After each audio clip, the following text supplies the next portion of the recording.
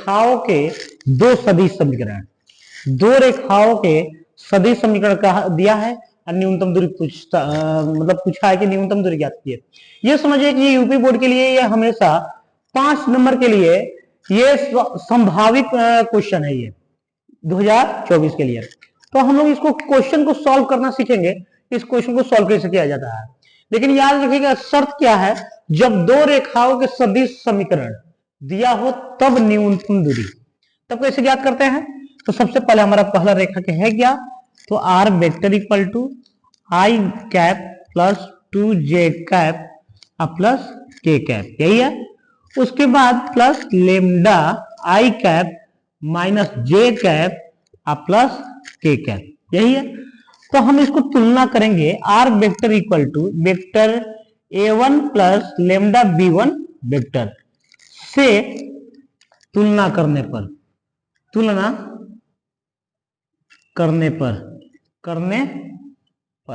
इसको तुलना करेंगे तो a1 वेक्टर इक्वल टू मेरा मान क्या आएगा, a1 vector equal to i cap plus 2j cap plus k cap, इतना हो गया। अब plus b1 vector equal to i cap minus j cap plus k cap, यह हमारा b1 वेक्टर का मान हो गया। अब बात यह आ गया कि न्यूनतम दूरी का सूत्र होता क्या है। तो न्यूनतम दूरी के लिए सूत्र मैं ऊपर लिख दे रहा हूं, आप लोगों को थोड़ा ध्यान दीजिएगा।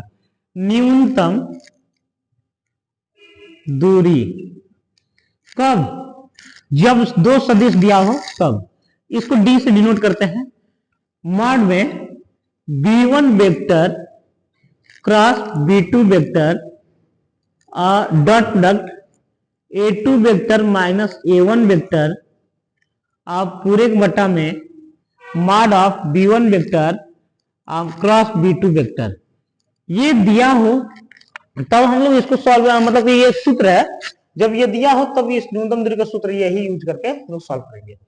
तो मेरे भाई a1 b1 अब आपको समझ में आ गया कि a1 b1 इसमें है क्या।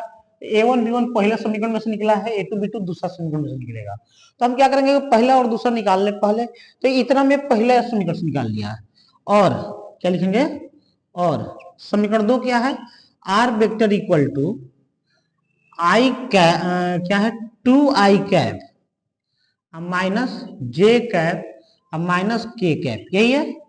फिर प्लस म्यू ब्रैकेट में 2i कैप प्लस जे कैप प्लस 2k कैप, ये आपका फॉर्मूला है, सॉरी ये आपका दूसरा समीकरण है। हाँ, अब हम लोग यहाँ पे तुलना कर लेंगे, r vector equal to a2 vector plus mu b2 vector से तुलना करने पर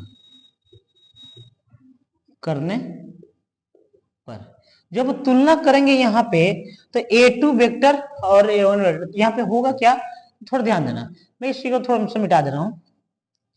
तो यहाँ पे हमें a2 वेक्टर का वैल्यू होगा, a2 वेक्टर इक्वल टू क्या हो जाएगा 2i cap plus minus j cap minus के कैप, ये मेरा a2 वेक्टर का मान। अब b2 वेक्टर का वैल्यू क्या हो जाएगा, तो b2 वेक्टर के ये स्थान पे है तो 2i कैप प्लस जे कैप प्लस 2k कैप, ये हमारा a2 b2 का मान निकल गया। और हम इस सूत्र में देख रहे हैं कि b1 क्रॉस b2 है, उसके बाद a2 minus a2 vector minus a1 vector है, ये मुझे दोनों को फाइंड पहले करना होगा। तो मैं सबसे पहले क्या करूं, क्रॉस मल्टीप्लाई निकाल लूं। तो यहाँ पे b1 vector cross b2 vector क्यों निकालना है, क्योंकि मुझे इसका वैल्यू चाहिए और ये सूत्र में रखना है, इसलिए ये चाहिए।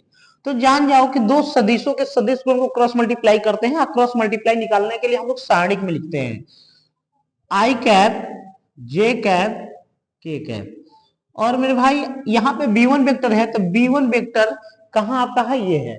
तो b1 वेक्टर में i के सामने i के गुणांक लिखिएगा, j के गुणांक -1, k का गुणांक 1। अब बाद में कौन है b2, तो बाद में लाइन लिखाएगा b2 का, i का गुणांक 2, j का गुणांक 1, k का गुणांक 2, ये हो गया ये सारणिक मद। अब हम लोग b1 vector cross b2 vector का वैल्यू फाइंड करेंगे, कैसे फाइंड करेंगे, तो i कैप ब्रैकेट में -2 -1 माइनस जे कैप कोष्टक में 2 1 जा 2 माइनस 2, 2 1 जा 2 माइनस 2 अब प्लस के कैप ब्रैकेट में 1 अब प्लस 2, ये हो गया।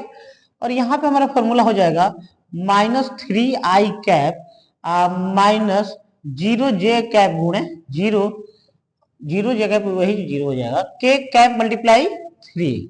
और यहाँ पे क्या लिख देंगे माइनस 3i कैप, ये 0 कैंसिल हो हटा दे रहा है, 3k कैप। ये हमारा बचा, ये वेक्टर b1 क्रॉस b2 का वैल्यू आया। अब मुझे निकालना है b1 वेक्टर b2 का क्रॉस का वैल्यू, ये फाइंड हो गया। मुझे निकालना है a2 माइनस a1 वेक्टर का वैल्यू क्या होगा। तो हम लोग यहाँ पे फिर हम बड़ा क्वेश्चन है, इससे मिटाना तो पड़ेगा ही। अब हम लोग करेंगे a2 vector minus a1 vector का वैल्यू फाइंड करेंगे। कैसे होगा तो ध्यान दो, a2 वेक्टर माइनस, इसको मिटा देना, इसको भी मिटा दिया, a2 vector minus a1 vector. यहाँ पे a2 वेक्टर का वैल्यू हमें चाहिए और a1 वेक्टर का वैल्यू, तो मैं तो a1 का वैल्यू को मिटा दिया। इसे मैं देख ले रहा हूँ कि a1 वेक्टर है क्या। a1 वेक्टर का वीडियो में है तो वीडियो में मैं कहाँ से देख पाऊंगा, तो मैं यहाँ पे देख ले रहा हूँ। अभी हो गया मिल गया। नहीं ये नहीं है, मिल गया, हाँ मिल गया। a1 वेक्टर का वैल्यू, तो a2 वेक्टर का वैल्यू पहले लिखना है, तो a2 वेक्टर का वैल्यू 2i कैप है, फिर माइनस j कैप है, अब फिर माइनस k कैप है, अब फिर क्या है बीच में माइनस a1 वेक्टर का वैल्यू। तो a1 वेक्टर का वैल्यू तो भाई मैं तो मिटा दिया हूं, तो मैं लिख रहा हूं यहाँ पे i कैप, आप लोगों को दिख रहा होगा, j कैप और प्लस k कैप, ठीक है इतना। और कह रहा है कि इसका मान ज्ञात कीजिए मेरे भाई। तो क्या करेंगे कि 2i cap minus j cap minus k cap, minus से मल्टीप्लाई तो i cap plus j cap minus k cap. अब यहाँ पे 2i कैप में से एक i कैप जाएगा तो एक i कैप बचेगा, j से j cap cancel, minus k cap minus k cap minus 2k cap होगा। यानी ये मेरे भाई हो गया a2 vector minus a1 vector का वैल्यू फाइंड हो गया। यानी मुझे इसका भी वैल्यू फाइंड हो गया और इसका भी वैल्यू फाइंड हो गया। अब लिखेंगे, अब न्यूनतम दूरी का सूत्र होता क्या है, तो न्यूनतम दूरी यानी d इक्वल टू क्या होगा, तो सारणिक में b1 vector cross b2 vector dot a2 vector minus a1 vector upon mod of b1 vector cross b2 vector. आइए तो हम लोग इसको फाइंड करेंगे। तो मेरे भाई b1 vector cross b2 vector का वैल्यू आया है minus 3i cap plus 3k cap और dot product i cap minus 2k cap अपान इसका मॉड, यानी b1 क्रॉस b2 का वैल्यू ये है, इसका मॉड यहाँ पे लिख दो। तो रूट में लिखा जाता है i का कोएफिशिएंट का स्क्वायर प्लस k का गुणांक का स्क्वायर, यानी 3 का स्क्वायर हो जाएगा मॉड में। तो 3 1 जा 3 और फिर 3 2 जा 6 अपान रूट में 9 प्लस 9 अर्थात मॉड ऑफ कितना हो जाएगा माइनस 9 अपान रूट में 18।